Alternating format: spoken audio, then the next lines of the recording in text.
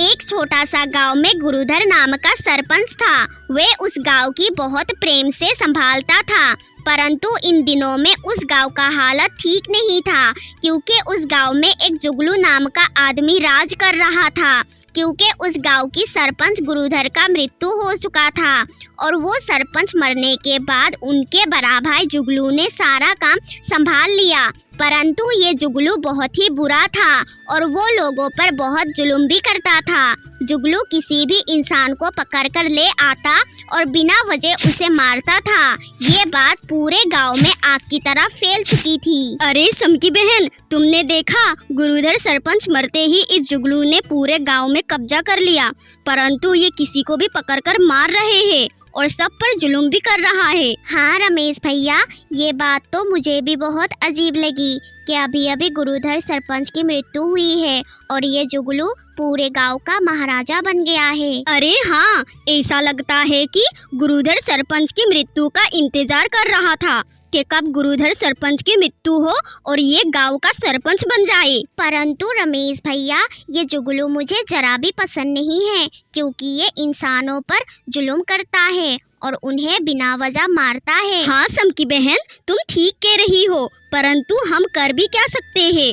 वो जुगलू पूरे गांव का सरपंच बन गया है। फिर एक रात को रमेश कहीं जा रहा था तो उसे एक टोकरी में आम दिखाई देता है। अरे वाह, मेरा दिन तो बहुत अच्छा है, रात भी बहुत हो गया है, मैं आम लेकर जल्दी घर जाता हूँ। रमेश आम उठाने ही वाला होता है कि गुरुधर सरपंच की आत्मा रमेश के पास आ जाता है और गुरुधर सरपंच भूत बन चुका था, जिसे देखकर रमेश बहुत ज्यादा डर जाता है। गुरुधर सरपंच की तो मृत्यु हो चुका था, परंतु ये क्या है? लगता है कि ये गुरुधर सरपंच की आत्मा है। अरे देखो, ये तो भूत भी बन चुका है। भाग रमेश भाग, इससे पहले कि तुझे ये आत्मा कोई नुकसान पहुंचाए। भाग जा यहाँ से। रमेश, तुम मुझसे डरो नहीं, मैं तुम्हें कोई नुकसान नहीं पहुंचाऊंगा, बस तुम एक बार मेरा बात सुन लो। हे प्रभु, ये मेरे साथ क्या हो रहा है? ये भूत मेरे साथ बात भी कर रहा है। रमेश, तुम मुझसे क्यों डर रहे हो? ये डराने वाली बात नहीं है, मैं तुम्हें डराने के लिए नहीं आया हूँ, बल्कि मैं तुम्हें एक बहुत खास बात बताने आया हूँ, जिससे जानना तुम्हारे लिए और गाँव के लिए बहुत जरूरी है। अरे नहीं, तुम गुरुधर सरपंच नहीं हो, बल्कि उनकी आत्मा हो और मैं यहाँ रहा तो तुम मुझे भी खा जाओगे। मैं यहाँ से भाग रहा हूँ। डर के मारे रमेश वहाँ से भाग जाता है और वे भागते भागते समकी बहन के घर पहुँच जाता है और समकी बहन को सारी बात बताने लगता है। अरे रमेश भैया,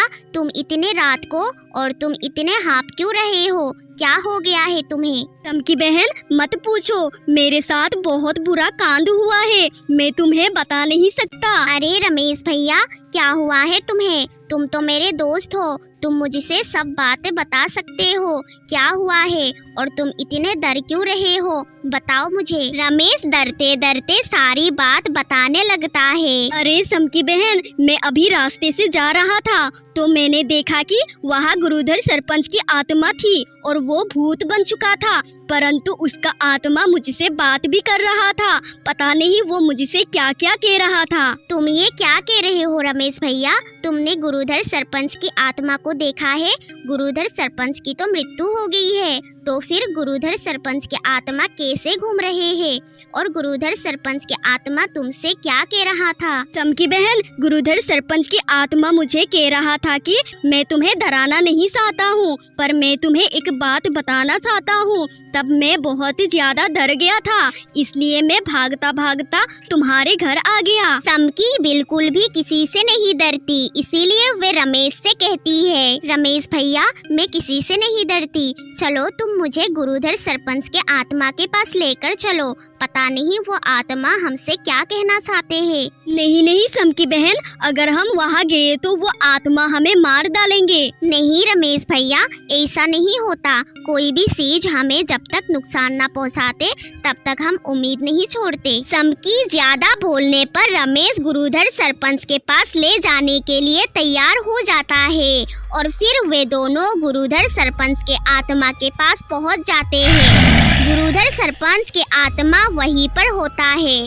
समकी भी ये सब देखकर थोड़ा डर जाता क्योंकि उसने कभी ऐसा नहीं देखा था। रमेश, तुम यहाँ से भाग गया था। मैं तुम्हें कोई नुकसान नहीं पहुँचाऊंगा, बस तुम मेरे बात सुन लो। गुरुधर सरपंच जी, मैं तो बस समकी बहन को लेने गया था, अभी आ गया है। अब आप इससे बात करिए। जी गुरुधर सरपंच जी, परंतु आपकी हालत कैसे हुई और आप यहाँ पर कैसे हैं? हाँ समकी बहन, मैं तुम्हें ये बात बताना चाहता था कि मेरी मृत्यु नहीं हुई बल्कि मेरी हत्या की गई है। ये आप क्या कह रहे हैं गुरुधर सरपंच जी? आपके हत्या हुई है, परंतु सब लोगों को तो यही पता है कि आपकी मृत्यु हुई थी। नहीं समकी बहन, मेरी मृत्यु नहीं हुई है बल्कि मेरी हत्या हुई है। वो दुष्ट भाई जुगलू ये पूरे गांव जमीन जायदाद के लिए धोखे से मेरी हत्या कर दी है और अब देखो मेरा आत्मा दर बदर भटक रही है। मुझे तुम दोनों की मदद की बहुत जरूरत है। आप ये क्या कह रहे हैं गुरुधर सरपंच जी? उस जुगलू ने ऐसा किया?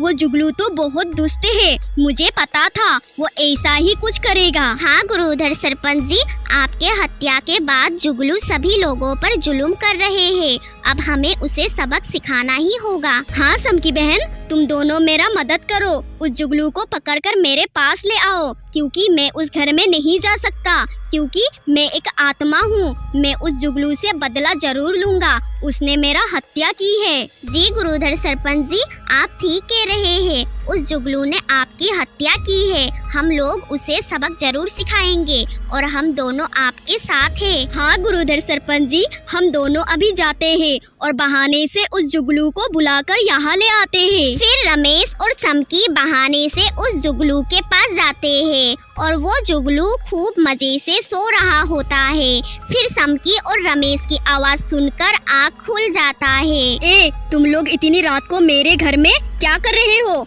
और तुम लोगों की हिम्मत कैसे हुई यहाँ पर आने की? फिर समकी कुछ बहाने बनाते हुए उसे कहती है, जुगलू भैया, हमें कुछ खास चीज मिली है, यही बात बताने के लिए हम यहाँ भागे चले आए। अच्छा, ऐसा क्या खास चीज है? मुझे बताने के लिए तुम लोग मेरे घर आ गए हो? जुगलू भैया, हम दोनों ने एक हीरा देखा है, वहाँ उस जंगल में पड़ा हुआ है। हमने सोचा हमें गाँव का सरपंच को पहले बताना चाहिए, इसलिए हम तुम्हारे पास आ गए। हीरे की बात सुनकर जुगलू के आँख फटे की फटे रह जाते हैं और उसे मन में बहुत सारा लालच आ जाता है। अरे हीरा, वो सुनहरा हीरा, चलो कहाँ पर पड़ा हुआ है, मुझे उसके पास लेकर चलो, जल्दी करो। फिर समकी और रमेश बहाने से जुगलू को गुरुधर सरपंच के आत्मा के पास ले आते हैं और गुरुधर सरपंच के आत्मा को देखकर उस जुगलू के होश उड़ जाते हैं। अरे,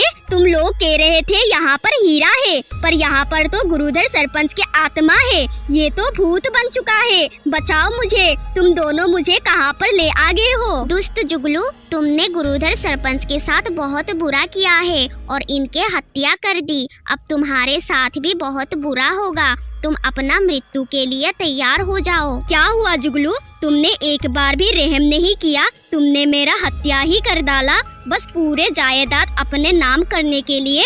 अब मैं तुम्हें नहीं छोड़ूंगा, अब तुम्हारा भी हत्या होगी। फिर गुरुधर सरपंच के आत्मा उस दुष्ट जुगलू को वहीं पर मार डालते हैं। जुगलू मरते ही गुरुधर सरपंच के आत्मा को मुक्ति मिल जाती है और वो गायब हो जाता है। समकी और रमेश ये देखकर बहुत ही ज्यादा खुश हो जाता है कि ये जालिम को उसको अंजाम मिल गया।